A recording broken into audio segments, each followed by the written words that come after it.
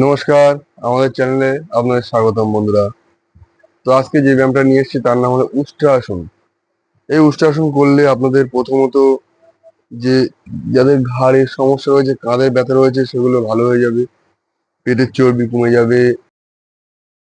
হাতের যেসব পেশি খুব শক্তিশালী হবে।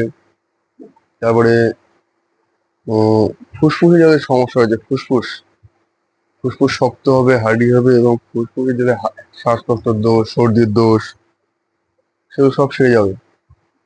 এবং যাদের হার্টের সমস্যা আছে আর যাদের হাঁটুতে ব্যথা আছে তারা এই ব্যায়ামটা করবেন না। ঠিক আছে?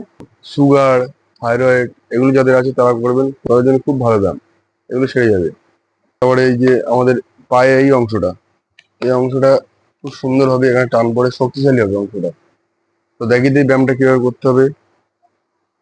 আমি একবার সামনে থেকে আগে পিছন থেকে করে দেখাচ্ছি। প্রথমে এভাবে বসে তার ডান হাতটা দিয়ে ডান পায়ের গোড়ালি ধরতে হবে, আর বাঁ হাত দিয়ে বাঁ পায়ের গোড়ালি ধরে নিচে হতে হবে, বুকটাকে ঠেলে বাইরে বের করতে হবে, আর মাথা যতটা সম্ভব নিচে নামাতে হবে। শ্বাস প্রশ্বাস স্বাভাবিক থাকবে।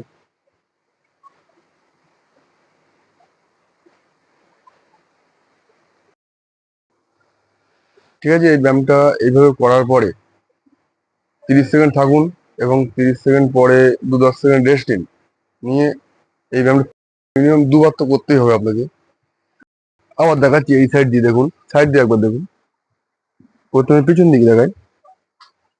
প্রথমে এখানে একটা হাত, ডান হাত, পরে বাঁ হাত দিয়ে